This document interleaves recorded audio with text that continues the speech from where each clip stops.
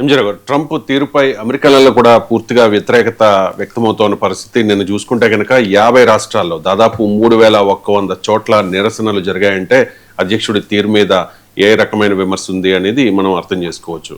Trump రెండోసారి అధికారంలోకి వచ్చినప్పటి నుంచి కూడా ఆయన తీసుకున్న చాలా నిర్ణయాలు వివాదాస్పదం అవుతూ ఉన్నాయి. ముఖ్యంగా ఈ వలసలు అవ్వచ్చు, టారిఫ్స్ అవ్వచ్చు, అలాగే ఎప్స్టీన్ ఫైల్స్ విషయంలో ఆయన తీవ్రమైన పరువును పోగొట్టుకున్న పరిస్థితి కనిపిస్తోంది. ఇప్పుడు యుద్ధానికి వ్యతిరేకంగా అమెరికాలలో కూడా వ్యతిరేకత, నో కింగ్స్ పేరిట ర్యాలీలు, నిరసనలు. అంటే ఏ రకంగా అర్థం చేసుకోవాలి? గత కొంతకాలంగా అమెరికన్ మీడియాలో కూడా పెద్ద ఎత్తున చర్చ జరుగుతోంది. ట్రంప్ ఇంకా పదవీచ్యుతి, ట్రంప్ దిగిపోతాడు అని చెప్పేసి. సో ట్రంప్ రాజీనామా అనివార్యం అనుకోవాలి. ఎస్ అండి, ఇప్పుడు United States of America 45th president Donald Trump. గత 45 ప్రెసిడెంట్ల కాలంలో, అంటే అమెరికా యొక్క గత ఆల్మోస్ట్ 1779 నుంచి చూస్తే, గత 300 సంవత్సరాల చరిత్రలో చూస్తే, అమెరికా చరిత్రలోనే అతి వర్స్ట్ ఆఫ్ ది వర్స్ట్ ప్రెసిడెంట్గా డొనాల్డ్ ట్రంప్ పేరుగాంచాడని చెప్పొచ్చు. దానికి తగ్గట్టు ఇప్పుడు నో కింగ్స్ ప్రొటెస్ట్, ఇది అమెరికా చరిత్రలోనే అతిపెద్ద నిరసన జ్వాల అని చెప్పొచ్చు.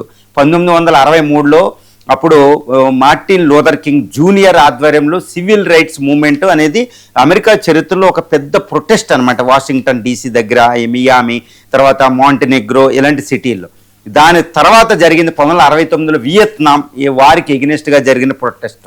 దానికి వాటన్నింటినీ మించి ఇప్పుడు 2026 మార్చిలో జరుగుతున్న ప్రొటెస్ట్ డొనాల్డ్ ట్రంప్కి వ్యతిరేకంగా ఎంటైర్ యునైటెడ్ స్టేట్స్ ఆఫ్ అమెరికాలో ఏ హ్యూజ్ 9.9 lakh స్క్వేర్ కిలోమీటర్లో, అంటే 9.9 lakh స్క్వేర్ కిలోమీటర్ ఏరియాలో 50 స్టేట్స్లోనే 3000 స్థలాలు, సిటీల్లో పైగా ఈ యొక్క ప్రొటెస్ట్ జరుగుతుంది. ఇందులో సుమారు 10 మిలియన్ పాపులేషన్ అటెండ్ అవుతున్నారు తెలుస్తుంది. గుర్తుపెట్టుకోవాలి, సుమారు 400 మిలియన్ పాపులేషన్ ఉన్న కంట్రీలోనే 10 మిలియన్ పాపులేషన్ ప్రొటెస్ట్లో పాల్గొనడం అంటే అక్రాస్ ది యుఎస్ స్టేట్, అంటే పైన నార్త్ నుంచి, నార్త్లో Philadelphia, Boston, Washington DC, New York నుండి ఇటు ఫ్లోరిడా, టెక్సాస్, మియామి వరకే, ఇటు వెస్ట్లో చూసుకుంటే అక్కడ కాలిఫోర్నియా సిటీ, సియాటిల్ నుంచి పోర్ట్లాండ్, ఈ యొక్క అన్ని సిటీలు, అంటే across the United States of America, central United states 50 స్టేట్స్లో కూడా ఈ ప్రొటెస్ట్ జరుగుతుంది. ఏది కూడా ఎగ్జామ్షన్ లేదు, ఇది ఒకటి. తర్వాత దీంతో పాటు అక్రాస్ ది గ్లోబ్లో అమెరికన్స్ ప్రొటెస్ట్లో పాల్గొనడం అనేది కూడా ప్రధానంగా చెప్పుకోవచ్చు. ఇది ఎందుకు జరుగుతుందంటే అమెరికన్ ప్రెసిడెంట్ మాకు వద్దు బాబు అన్నట్టు జరుగుతుంది. నో కింగ్స్, ఈయన ఒక కింగ్గా ఒక అనార్కీ అనేది ఒకటి క్రియేట్ చేశాడు. ముఖ్యంగా వాళ్ళ ఆరోపణలు ఏంటంటే, కొన్ని ఆరోపణలు ఏంటంటే ఆయన మైగ్రేషన్, ఇమ్మిగ్రేషన్ లాస్ అనేది ఒకటి, తర్వాత రెండోది ఏంటంటే ట్రంప్ టారిఫ్స్ అనేది ఒకటి, ఇక మూడోది ట్రంప్ యుద్ధాలు, ముఖ్యంగా ఇరాన్ యుద్ధం. ఇప్పుడు ప్రస్తుతం జరుగుతున్న ఇరాన్ యుద్ధం మంచిది కాదు అనేది అమెరికన్సే ఈ ప్రొటెస్ట్ నిర్వహిస్తున్నారనమాట. ఇది అమెరికన్ చరిత్రలోనే ఎప్పుడూ లేదు. ఇప్పుడు అమెరికన్ ట్రంప్ది కూడా ప్రజాదరణ 39% తగ్గిపోయింది. అమెరికన్ చరిత్రలోనే ఇట్స్ ప్లమేటెడ్ టు లోయెస్ట్ లెవెల్ అనమాట. ఏ ప్రెసిడెంట్ ఎగ్జిస్టింగ్ ఏ ప్రెసిడెంట్ కూడా ఇంత లోయెస్ట్ ప్రజాదరణ ఎప్పుడు కూడా అమెరికన్ చరిత్ర లేదు, ముఖ్యంగా గత 80 సంవత్సరాలు. సో ఈ విధంగా ట్రంప్ పరిపాలన ఎలా ఉంది. కానీ ట్రంప్ ఏమంటున్నారంటే ఇదంతా ఒక కుట్ర, ఇదంతా వామపక్షాలు, అక్కడ లెఫ్టిజం తీసుకొచ్చిన ఒక ప్రొటెస్ట్, దీన్ని నేను పట్టించుకోను అన్నట్టు ఇరాన్ని ఇంకా భూతల దాడులకి ప్రిపేర్ అవడం. ఆయన ఎట్టి పరిస్థితుల్లో పట్టించుకోవడం, మియామి ఫామ్ బీచ్కి వెళ్ళి ఆయన గోల్ఫ్ కోర్స్ వీటిల్లో మాట్లాడడం, ఇంకా జోకులు వేయడం, ప్రెస్ కాన్ఫరెన్స్, అంటే ఆయన అంత సీరియస్గా దాన్ని తీసుకోవడంలో అంటేనే ప్రజలు ఇంకా చాలా విపరీతంగా హేట్రెడ్ అవుతున్నారు వీళ్ళని చెప్పుకోవచ్చు. దీంతో పాటు జేడీ వ్యాన్స్ని, ఈ white house spokes person leave it ఈవిడ్ పేర్లు కూడా అక్కడ తీసుకురావడం, తర్వాత వారి పీట్ హెక్సెత్ వారి క్యాబినెట్లో ఉన్న మెంబర్స్ని కూడా అక్కడ తీసుకురావడం, అంటే ఎంటైర్ క్యాబినెటే మాకొద్దు, ఇది వర్స్ట్ అడ్మినిస్ట్రేషన్ అంటూ ప్రజలు మాట్లాడుకోవడం చూస్తున్నాం. మరి ఇలాంటి సమయంలో ట్రంప్ రిజైన్ చేసే అవకాశం ఉందా అంటే ఇది మనం పరిశీలించాలి. ఎందుకంటే యునైటెడ్ స్టేట్స్ ఆఫ్ అమెరికా హిస్టరీలోనే 1868 జాన్సన్ టైంలో ఒక్కసారి ఇది ప్రపోజల్ తేవడం జరిగింది, ఇంపీచ్మెంట్, అంటే అమెరికన్ ప్రెసిడెంట్ తొలగించడానికి. కానీ అది United States of America American constitution ప్రకారం ఆర్టికల్ 2 సెక్షన్ 4 ప్రకారం ఏంటంటే ఇంపీచ్మెంట్ ఉంటుంది. ఇంపీచ్మెంట్ అంటే ఈ రిప్రజెంటేటివ్ తర్వాత సెనెట్, ఈ రిప్రజెంటేటివ్లో సింపుల్ మెజారిటీతో ఆమోదం పొంది, సెనెట్లో 2/3 మెజారిటీతో ఉండాలన్నమాట, ఫుల్ మెజారిటీతో అది ఆమోదం పొందాలి. మరి ఇప్పుడు చూస్తే అమెరికన్ చరిత్రలో ఇంతవరకు కూడా ఎవ్వరూ కూడా ఇలా తొలగింపబడలేదు. 1868లో జాన్సన్ మీద పెట్టింది, అది వీగిపోవడం. తర్వాత మోనికా మనకేంటంటే మనం ఇక్కడ కూడా చూస్తాం, ఎవరండి, బిల్ క్లింటన్ మీద 1998లో పెట్టడం జరిగింది, కానీ అది సెనెట్లో ఓడిపోవడం జరిగింది. తర్వాత 1974లో నిక్సన్ ఆమోదం పొందే ముందే, ఎట్టి పరిస్థితుల్లో ఆమోదం పొందనుతున్న నిక్సన్ వైట్ గేట్ సంబంధించిన స్కామ్లో ఆయన రిజైన్ చేయడం జరిగింది. మరి ఇప్పుడు ట్రంప్ మీద ఇంపీచ్మెంట్ పెడితే ఏమిటి అంటే, ట్రంప్ మీద ఇంపీచ్మెంట్ పెట్టే అవకాశాలు ఎన్ని ఉన్నాయంటే, ట్రంప్ మీద ఇంపీచ్మెంట్ అనేది ఇది ఏమి కొత్త కాదు. ఆయన మొదటి టర్మ్ 2017, 2021లోనే 2 సార్లు ఈయన మీద ఇంపీచ్మెంట్ ప్రపోజల్ పెట్టడం జరిగింది. అంటే ఒక అధ్యక్షుడి మీద ఎక్కువ ఇంపీచ్మెంట్లు పెట్టింది ఈ అధ్యక్షుడి మీదే.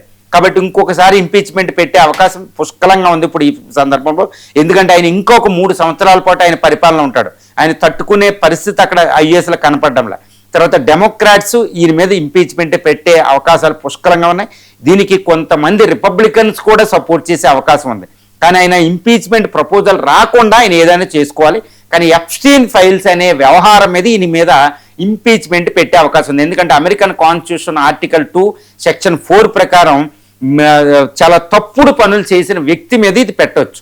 ఎప్స్టీన్ ఫైల్స్లో ఈయన మీద పేరు ఉండడం అనేది అతిపెద్ద కారణంగా ఆ ప్రిటెక్స్ట్తో వాళ్ళు ఇంపీచ్మెంట్ పెట్టడానికి పూర్తిగా అక్కడ సరిపోతుంది అమెరికన్ కాన్స్టిట్యూషన్ ప్రకారం. కాబట్టి ఇది పెట్టినప్పుడు ఈ బిల్లు కూడా ఆమోదం పొందే అవకాశాలు మాత్రం అమెరికాలో ప్రస్తుత పరిస్థితి ఉంది అని చెప్పొచ్చు. కాబట్టి ఈ డొనాల్డ్ ట్రంప్ మీద ముందు ఉన్నది ఒకటి, యుద్ధాన్ని ఆపి టారిఫ్స్ వ్యవహారాన్ని సుప్రీంకోర్టు కొట్టింది కాబట్టి ఎక్కడికక్కడ సర్దేసి చాలా జాగ్రత్తగా అడ్మినిస్ట్రేషన్ మళ్ళా ఎంప్లాయ్మెంట్, మైగ్రేషన్ లాస్ని ఎక్కడికక్కడ సవరించి మళ్ళీ యథావిధిగా అడ్మినిస్ట్రేషన్ని ఎక్కడికక్కడ సర్దేసి వచ్చే మిడ్ టర్మ్ ఎలక్షన్లో రిపబ్లికన్స్కి ఎక్కువ విజయం, ఏది నవంబర్లో జరిగే ఎలక్షన్లో చక్కగా విజయం చేకూరిస్తే ఆయన పదవిలో ఉంటాడు. అదర్వైజ్ ఈ నవంబర్ ఎలక్షన్ అనేది ఆయనకి పెద్ద లిట్మస్ టెస్ట్గా మిగిలిపోయే అవకాశం ఉంది. తర్వాత ఈ లోపు ఆయన మీద కూడా ఇంపీచ్మెంట్ అవకాశం ఉంది. ఇంపీచ్మెంట్ వస్తే మాత్రం ట్రంప్ని ఇంపీచ్మెంట్కు గురయ్యి ఆయన్ని రిమూవల్ చేసే అవకాశాలు పుష్కలంగా ఇప్పుడు అమెరికన్ కాంగ్రెస్లో ఉన్న రిప్రజెంటేటివ్ ఈ యొక్క సెనెట్లో గమనిస్తే మనకు అర్థమైపోతుంది. ఈవెన్ రిపబ్లికన్స్ కూడా ఈయన వ్యతిరేకిస్తున్నారని తెలుస్తుంది. ఈవెన్ జేడీ వ్యాన్స్ కూడా ఈ వ్యతిరేక పవనాలు ఇప్పుడు ప్రొటెస్ట్లో జరుగుతున్నాయి. కాబట్టి ఇదే వస్తే ట్రంప్ తనకు తాను రిజైన్ చేసే అవకాశాలు మనకి ఇక్కడ కనిపిస్తున్నాయి, ఒకప్పుడు నిక్సన్ చేసినట్టు. కాబట్టి ట్రంప్ 3 సంవత్సరాల పదవిలో ఉండడం అనేది ఒక రకంగా అసంభవంగా కనిపిస్తుంది. ఎందుకంటే యుఎస్ చరిత్రలోనే ఇంత ప్రొటెస్ట్ లేకపోవడం, 10 మిలియన్ పాపులేషన్ దాంట్లో ఇన్వాల్వ్ అవ్వడం. 10 మిలియన్లు అంటే ఇండియాలో ఆల్మోస్ట్ ఎక్కువ అనుకుంటారు, 145. అక్కడ ఉన్నదే 36-38 కోట్ల మంది ప్రజల్లో 1 కోటి మంది అటెండ్ అవ్వడం అంటే ఎంతటి విస్తృతంగా ప్రొటెస్ట్ జరుగుతుందో చూసుకోండి. ఎందుకంటే అంత ఈజీ కాదు యుఎస్లో ప్రొటెస్టులు జరగడం. అది అక్రాస్ ది 50 స్టేట్స్లో, అక్రాస్ ది గ్లోబు యుఎస్ ప్రెసిడెంట్కి ఎగ్నెస్ట్గా జరగడం అనేది అమెరికా చరిత్ర. కాబట్టి వేరే వ్యక్తి అయితే, ట్రంప్ కాకుండా వేరే వ్యక్తి ఉంటే ఇప్పటికే రిజైన్ చేయాల్సిన పరిస్థితి అక్కడ ఉండేది అనమాట. కాకపోతే ట్రంప్ అంతగా పట్టించుకోడు ఆయన క్యారెక్టర్కి. కాకపోతే ఇంపీచ్మెంట్ వచ్చే అవకాశం ఉంది అంటే ఇంపీచ్మెంట్ కంపల్సరీ పాస్ అయ్యే అవకాశాలు ఉన్నాయి. కాబట్టి ట్రంప్ దీనికంటే ముందే రిజైన్ చేసే అవకాశాలు కూడా ఇక్కడ పుష్కలంగా ఉంది, ఏదో ఒక హెల్త్ గ్రౌండ్ పేరు చెప్పి.